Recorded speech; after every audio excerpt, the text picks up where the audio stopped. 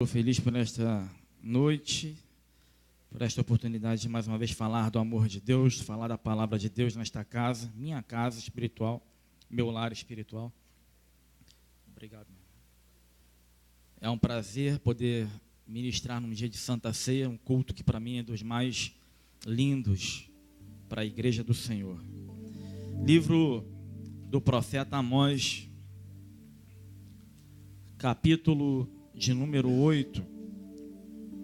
Alessandro está por aí? Tá não?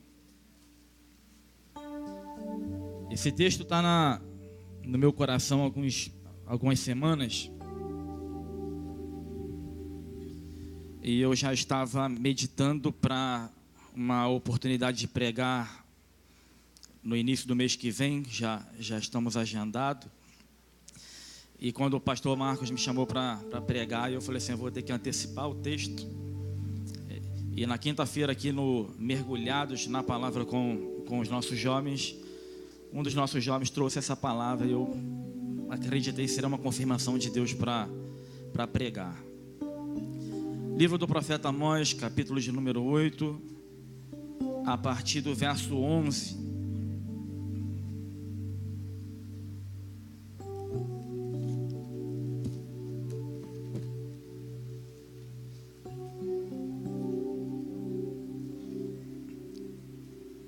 Dê uma olhadinha para o lado, ver se tem um irmão com dificuldade para achar. Livro do profeta Amós, capítulo de número 8, a partir do verso 11. Não está na tela. Abre aí no seu celular, vamos ler. Eis que vem dias, diz o Senhor Jeová, em que enviarei fome sobre a terra, não fome de pão, nem sede de água, mas de ouvir as palavras do Senhor. E irão errantes de um mar até outro mar, e do norte até o oriente, correrão por toda parte buscando a palavra do Senhor, e não a acharão. Você pode tomar o seu assento. Estamos ao vivo. Hoje na minha vida se cumpre uma profecia do início da minha fé. Tu serás um profeta, tua voz alcançará as nações, tu irás de um lado para o outro, não precisa nem pegar avião. Glória a Deus. Você que está aqui para ouvir a palavra de Deus, o Senhor tem marcado um encontro conosco hoje, e certamente Ele tem algo para colocar no nosso coração. Que essa palavra alcance sua vida, você que está no templo, você que está aí na internet, assistindo e participando do culto. Nós estamos falando do profeta Amós. Na teologia, o livro, ele se enquadra classificado como um dos profetas menores. Não menos importante, mas é apenas uma classificação teológica. A história do profeta Amós é uma história muito interessante, é uma história linda. Eu estava lendo os primeiros versículos no primeiro capítulo para tentar entender um pouco quem era o profeta, para entender o contexto. E eu vi que o cenário que Amós vivia não é diferente do que nós vivemos hoje. Um tempo de muita glória própria ao homem, exaltação ao homem, de abandono de Deus. Pessoas que resolveram viver e praticar a sua vida de qualquer maneira, de viver a sua vida à sua própria maneira. Ao invés de obedecer a palavra do Senhor, o povo de Deus havia se esquecido do Senhor e andou errante de um caminho ao outro, praticando iniquidade, se afastando cada vez mais de Deus. O profeta Amós, ele não veio de uma escola de profetas. O profeta Amós, ele não era filho de um profeta. O profeta Amós, ele não tinha um exemplo dentro de casa. Ele não tinha costas quentes para encaminhar ele para um ministério, para fazer dele um pastor, um evangelista. O profeta Amós, ele era um homem que cuidava de bois. O profeta Amós era um homem que plantava, se não me engano, o nome da palavra é sicômoros. Essa palavra, eu buscando na informação na internet, se tratava de um tipo de figueira que era plantado na época. Porém, essa figueira era uma figueira de baixa qualidade. Você imagina então, quando Deus olha para o profeta e escolhe ele para profetizar em meio a uma nação, em meio a um povo que estava corrompido. E a gente sempre imagina que Deus vai escolher o maior. Deus vai escolher um homem de boa estatura, vai escolher uma pessoa de pele clara, cabelo liso, de boa aparência ou de boa influência na sociedade. No entanto, Deus olha para o profeta Amós, um homem que cuidava de bois e que plantava figueira de baixa qualidade. O olhar de Deus para o profeta Amós era um olhar de quem enxergava nele alguém que iria fazer a diferença na sua geração. Assim como nós olhamos o exemplo de Davi, quando esteve para ser escolhido o futuro rei de Israel, passaram os seus irmãos na frente, porque o olhar do pai estava naquilo que era exterior na vida do homem, na aparência do homem. Tanto que ele ignora a presença de Davi, ele nem fala de Davi. E aí alguém questiona ainda, passaram todos os jovens, passaram todos os mancebos? Não, falta um, mas ele está lá no campo. Não, nós não vamos nos assentar na mesa enquanto ele não chegar aqui. Sabe por quê? Existe um lugar na mesa reservado para você se assentar e se banquetear na presença do Eterno. O profeta Amós não tinha uma escola nas costas, ele não tinha um diploma, ele não tinha um bacharel em teologia, ele não tinha entendimento sobre os textos históricos, ele não era alguém habilidoso para pregar, mas Deus enxergou nele alguém que iria fazer a diferença naquela nação. Deus então resolve revelar o futuro para esse profeta. Deus resolve chamar Amós com a intenção de exortar o povo para que o povo voltasse para Deus, para que aquele povo, uma vez distante do Senhor, pudesse experimentar novamente aquilo que eles já viveram no passado. Qual era o passado daquele povo? O passado daquele povo era comumente estar na presença de Deus, adorando a Deus, apresentando a Deus as ofertas, apresentando a Deus a música, apresentando a Deus o louvor, apresentando a Deus a adoração. A prática da adoração era uma prática rotineira na vida daquelas pessoas. Porém, ao virar as costas para Deus, o pecado toma conta da vida do homem.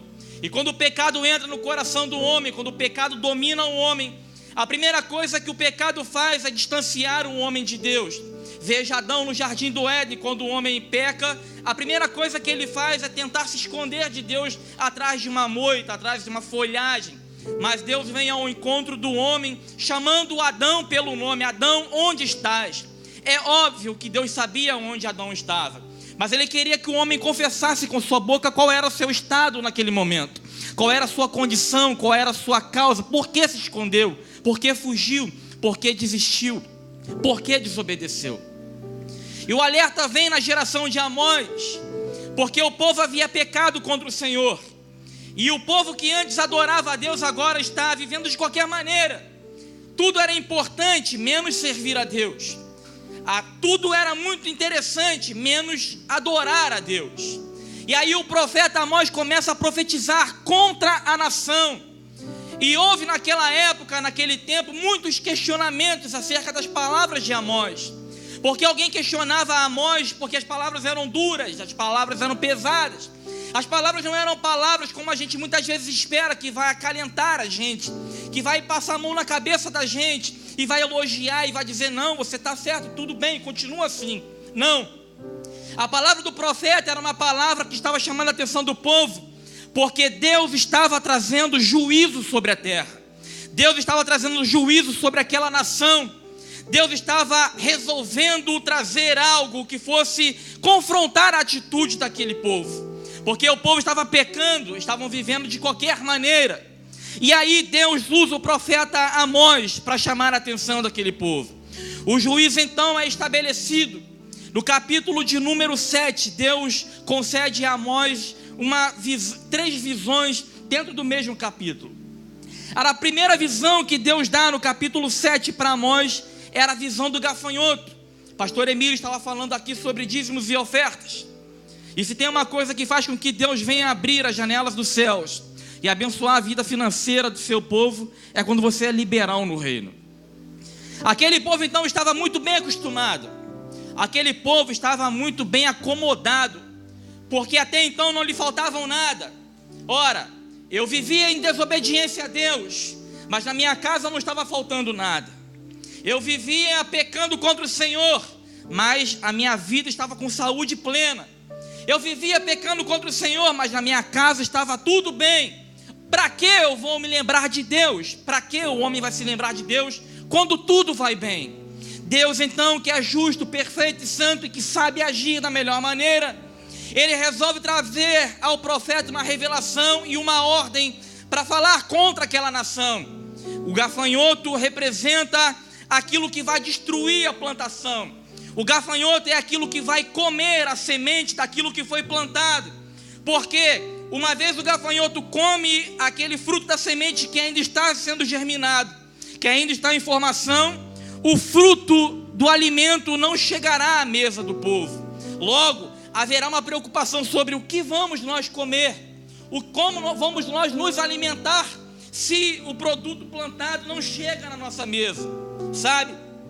Deus traz uma palavra para o povo dizendo: enviarei fome sobre a terra, não fome de pão e não sede de água, mas fome e sede de ouvir a palavra. A segunda coisa que o profeta vê naquela visão era o fogo. Deus traria fogo sobre o monte. O fogo seria algo tão consumidor que iria acabar com aquele monte por completo.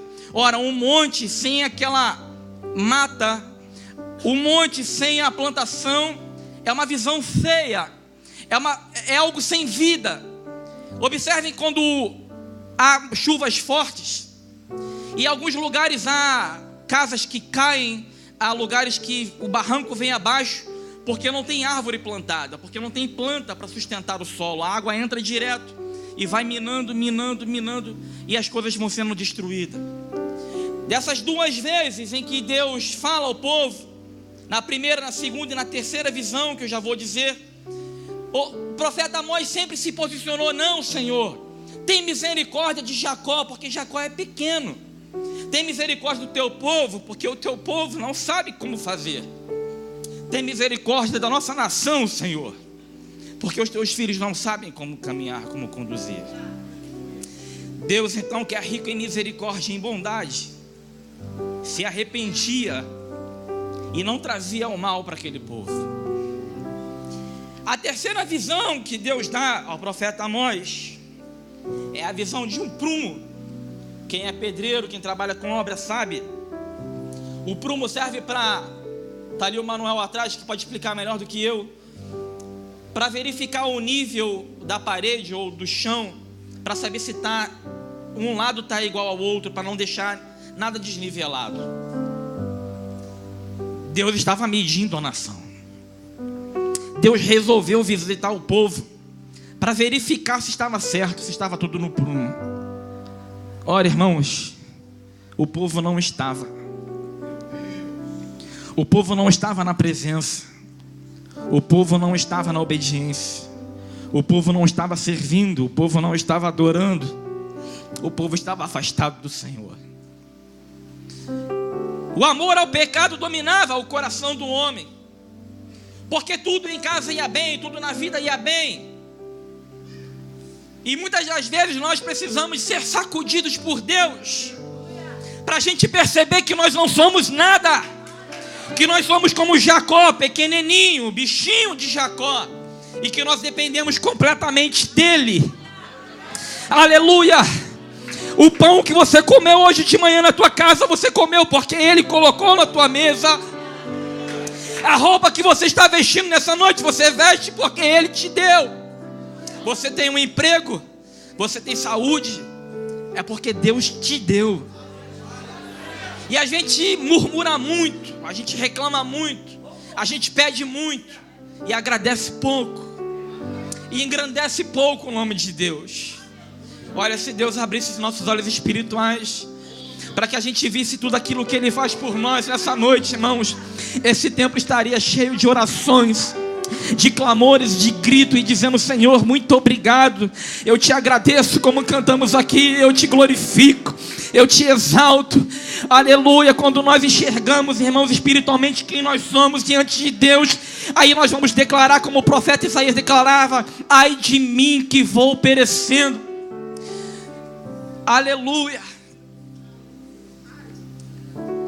Deus mede o povo. Na terceira visão que Deus dá a Amós,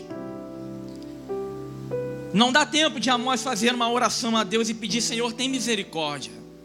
Sabe por quê? Deus já tinha batido o martelo de justiça. Preciso agir, preciso fazer. Como um pai que cuida dos seus filhos, a correção precisa vir, o ajustamento precisa chegar, para que a nação não se perca.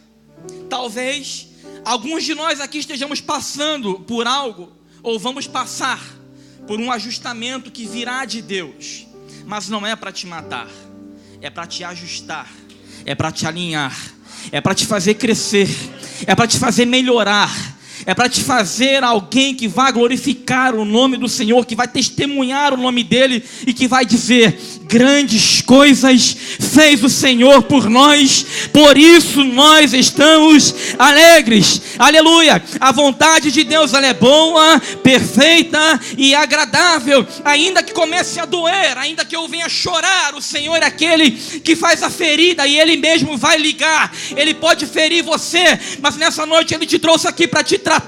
Ele vai passar o bálsamo de Gileade na tua ferida, Ele vai fazer um carinho em você, Ele vai abraçar você e vai dizer: filho, eu amo você.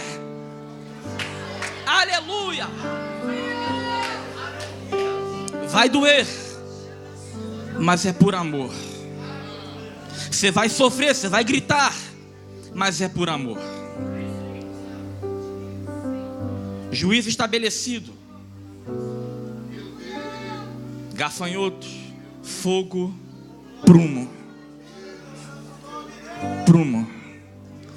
Deus vai aprumar a sua igreja, Deus vai aprumar a sua casa. Deus não faz construções tortas, Deus não põe tijolos tortos, Deus não faz coluna torta. Ele vai consertar o que precisa de conserto, Ele vai renovar o que precisa de renovo, Ele vai encher quem está vazio, Ele vai fazer transbordar quem tem alguma coisa. Se nessa noite você quer algo de Deus, levante sua mão para receber do Senhor aquilo que Ele tem no seu altos céus para liberar sobre nós. Eu declaro em nome de Jesus que nessa noite em Ebenezer há uma chuva torrencial da parte de Deus, que vai encher a minha vida, que vai encher a minha casa, que vai impactar a sua vida, que vai transformar a sua história, porque o Senhor trouxe você aqui para abençoar e mudar a sua casa. Aleluia. Enviarei fome. Quem tem fome precisa comer. Se não tem à sua frente, precisa buscar o alimento. Onde está? Onde está o alimento? Enviarei fome sobre a terra. Nossa alma está sedenta de Deus, irmãos. A minha alma tem sede de Deus. Eu tenho fome de Deus, aleluia. Faz 22 anos que eu sirvo ao Senhor,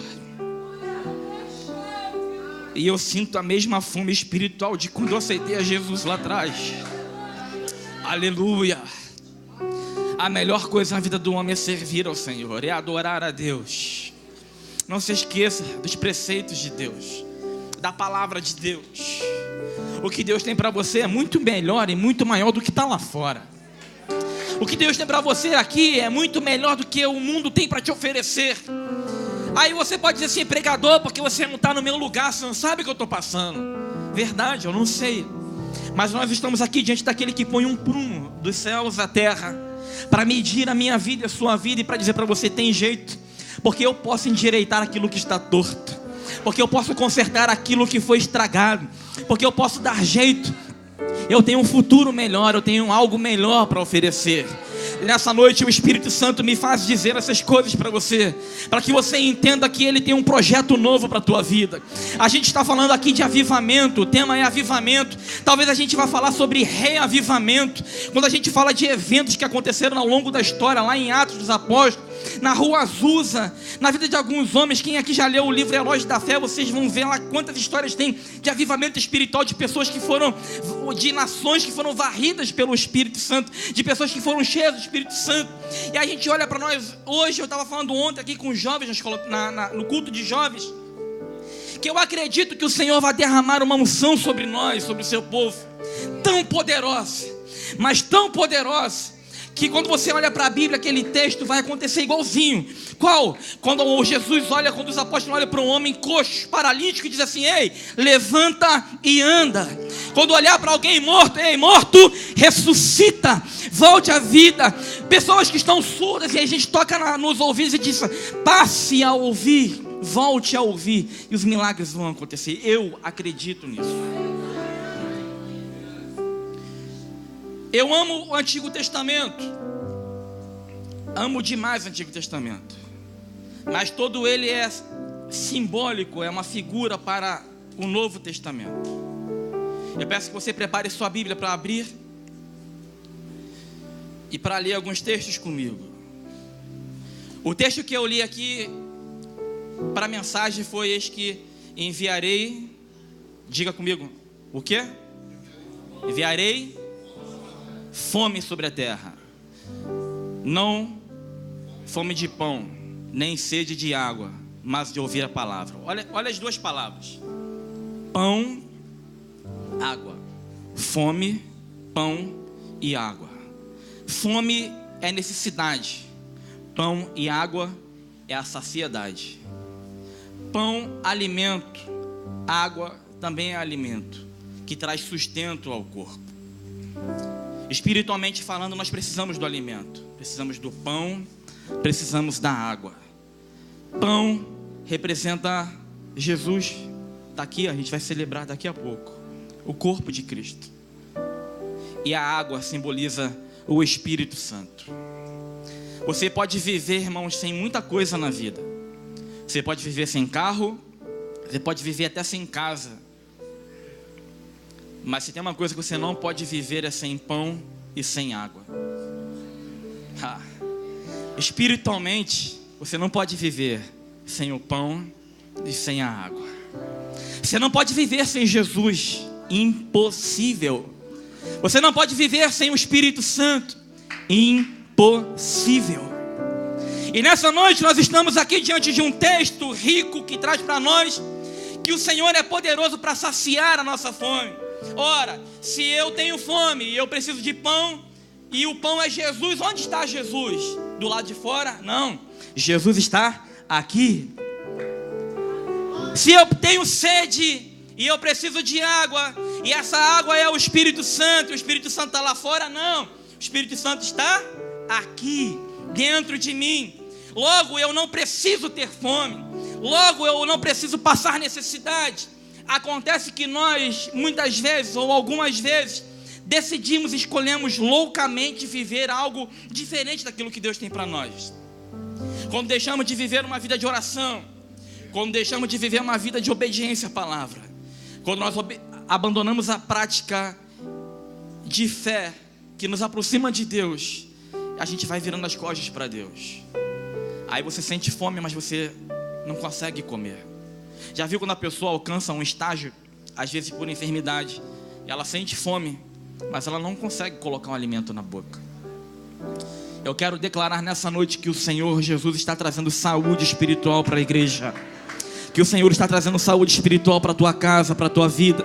Você não vai viver mais de saudosismo. Antigamente eu profetizava, antigamente eu orava, antigamente eu ia para as vigílias, antigamente eu tocava. Não, nessa noite é uma noite de renovo espiritual. Aleluia, e o Senhor é poderoso para renovar a sua vida, para transformar a sua vida, para avivar a sua vida. E se você tocava, voltará a tocar. Se você pregava, você voltará a pregar. Ei, meu irmão, Se coloque de pé na presença de Deus espiritualmente. Aleluia. Porque o Senhor está contando com a tua vida, assim como contava com o profeta Amós. Aleluia. O Senhor conta com você. Você pode se sentir só alguém pequenininho, que é cuidador de boi, é alguém que planta sementes de um fruto que não tem qualidade. Mas nessa noite, a qualidade não é daquilo que você faz, a qualidade é daquilo que Ele é dentro de mim e você. Aleluia. A qualidade é dele. Eu sou apenas um instrumento que vai levar a palavra. Eu sou apenas alguém que vai levar a presença. Você precisa levar a presença de Deus aonde você for. Eu acho que eu já contei aqui uma outra vez pregando, mas como tem muita gente nova, eu vou contar novamente. E quem ouviu vai lembrar.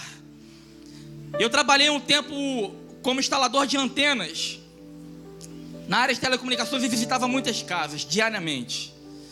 Certa vez eu entrei numa casa lá em Caxias, e quando eu ia entrando na casa daquela família, duas senhoras, mãe e filha, mas já bem idosas, daquelas pessoas que de 10 palavras 9 eram palavrões.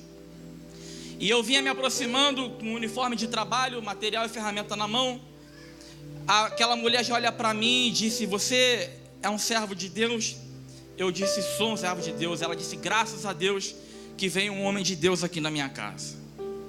Eu não entendi por que dela ter falado aquilo, e muito menos como ela havia me identificado como um servo de Deus. E aquilo por dentro já começou a aquecer o meu coração. Eu entro dentro da casa daquela mulher, e aí ela disse assim para a filha dela: chama o fulano para vir aqui. De repente ele se anima com o irmão que está aqui. É um pastor, um homem de Deus. E ela começa a contar: olha, meu filho, o meu irmão está aqui dentro de casa, trancado já há 2 anos. Ele sofre de síndrome do pânico. Eu vou chamar ele. Irmão, por dentro eu falava: não chama não. Deixa lá. Eu vim aqui para instalar a antena, não vim aqui para... E aquele homem vem, calado, me acompanhando para todos os lados. Aquela mulher se afastou. Eu entro dentro de um dos quartos para poder fazer a passagem de cabo dentro da casa dela. Aquele homem vira para mim e fala assim, ele grita o nome da outra irmã e diz assim: fulana, traz o ventilador para o moço porque está muito quente. E aquelas 2 mulheres começaram a se abraçar dentro de casa, chorando. E ao invés de falar os palavrões que elas estavam falando na hora que eu cheguei, as palavras eram: glória a Deus, aleluia, muito obrigado. E eu sem entender nada do que estava acontecendo: muito obrigado. E eu pensando: o que está acontecendo aqui? Ela: meu filho, ele não pronuncia uma palavra faz 2 anos. Tem 2 anos que o meu irmão não fala uma palavra, e você chegou aqui. Ele veio pedir o ventilador para um homem de Deus na minha casa. Oh, meu irmão, aleluia.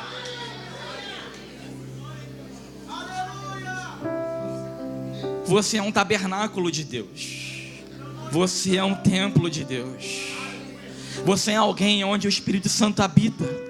E onde você colocar a planta dos seus pés, o Espírito Santo vai confirmando os teus passos. Onde você tocar a sua mão, o Espírito Santo está tocando com você. Por isso você não pode tocar em qualquer coisa. É por isso que você não pode assistir qualquer coisa na televisão. É por isso que você não pode ir a qualquer lugar, porque o Espírito Santo habita em nós.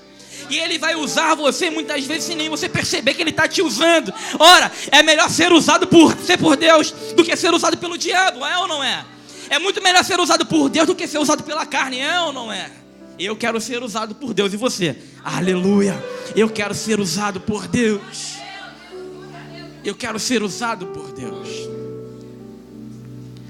Pão e água. Fome, pão e água. Jesus e o Espírito Santo. Abra a Bíblia comigo no Evangelho de João. Eu disse que no Antigo Testamento as coisas são uma figura para o Novo Testamento. Aqui é mais uma figura. Glória a Deus. João capítulo de número 6, versículo de número 31. Do 31 ao 35.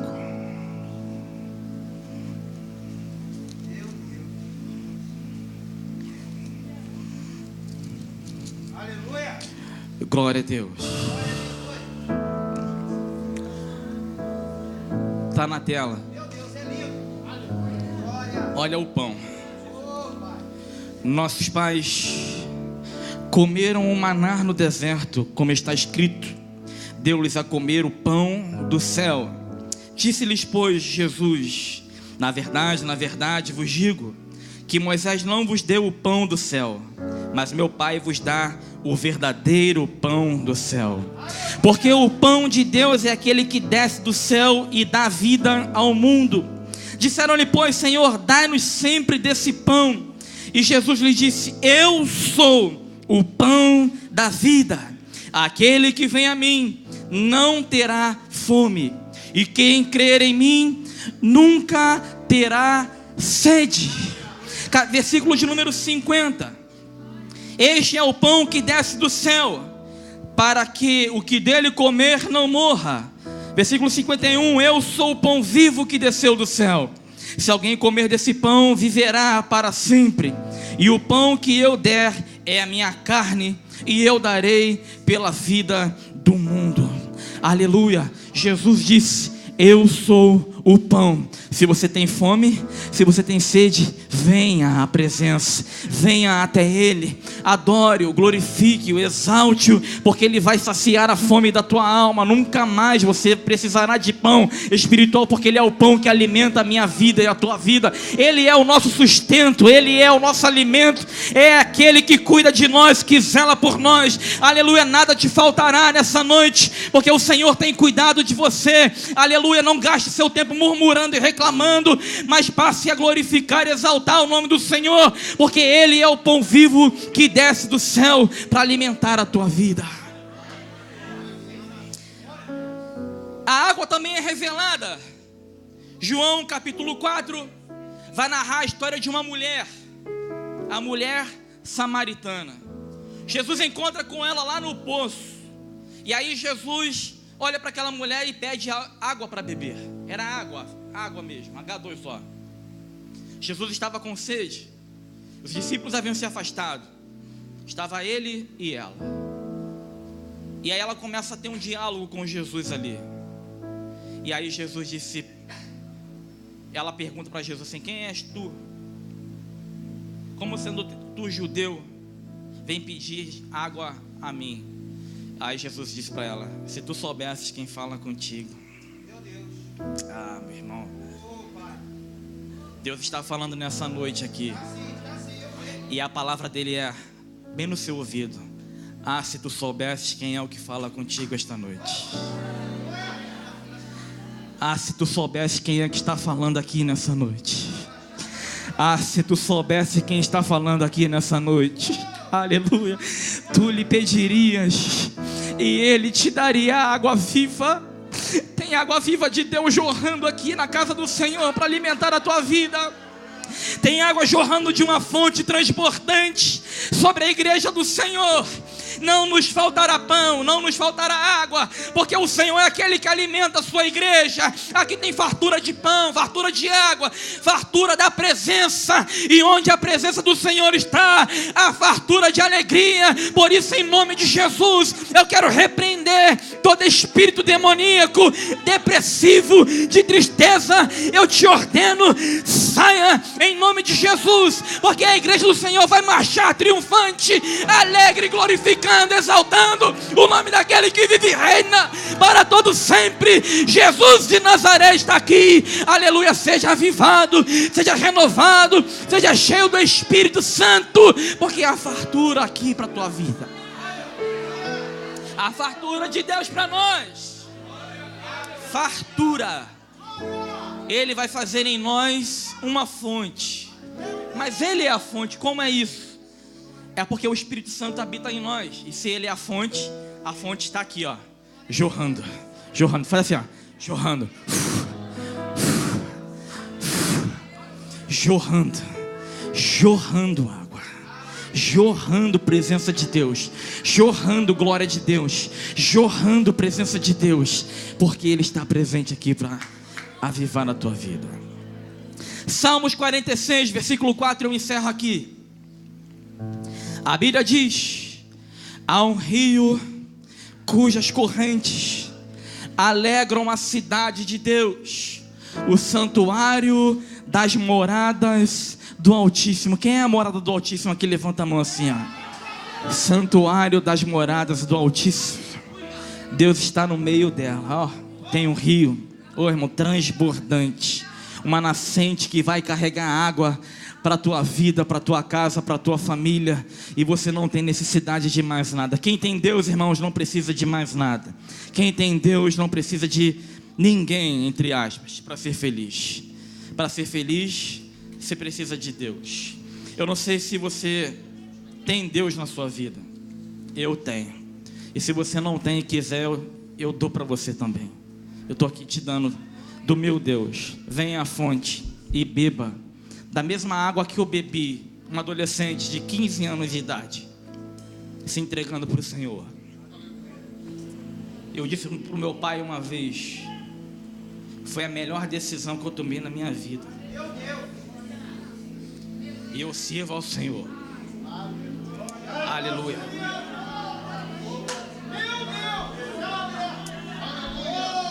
Aleluia.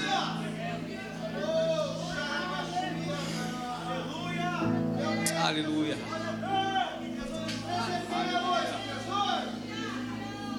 Eu nunca mais tive fome de nada, porque Ele me alimenta.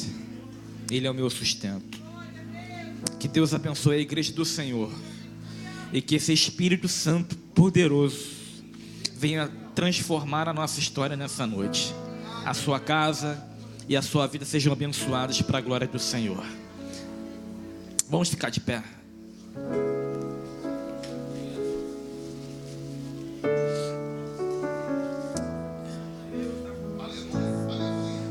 Doce presença do Espírito Santo, nós te glorificamos nessa noite, Senhor, te exaltamos porque Tu estás aqui.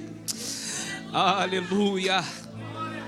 Pai, toma Teu povo em Tuas mãos. Tua palavra foi lançada, ó Deus, a Tua palavra foi pregada. Eu quero te pedir que o coração, Senhor, que está aqui precisando ser incendiado, precisando ser cheio da Tua presença, que ele seja tocado, que ele seja avivado. Senhor, que haja em nosso meio batismo com o Espírito Santo, que os jovens sejam avivados, que o ancião seja avivado, que os meus irmãos sejam renovados, que todos sejamos cheios da Tua presença, cheios da Tua glória. Pai, muito obrigado por Tua presença nesta casa, muito obrigado por Tua presença na minha vida, muito obrigado, Senhor, por esta noite, por essa oportunidade de poder louvar o Teu nome, de poder engrandecer o Teu nome. Obrigado, Senhor, obrigado por essa noite, no nome de Jesus. Eu quero aproveitar a ocasião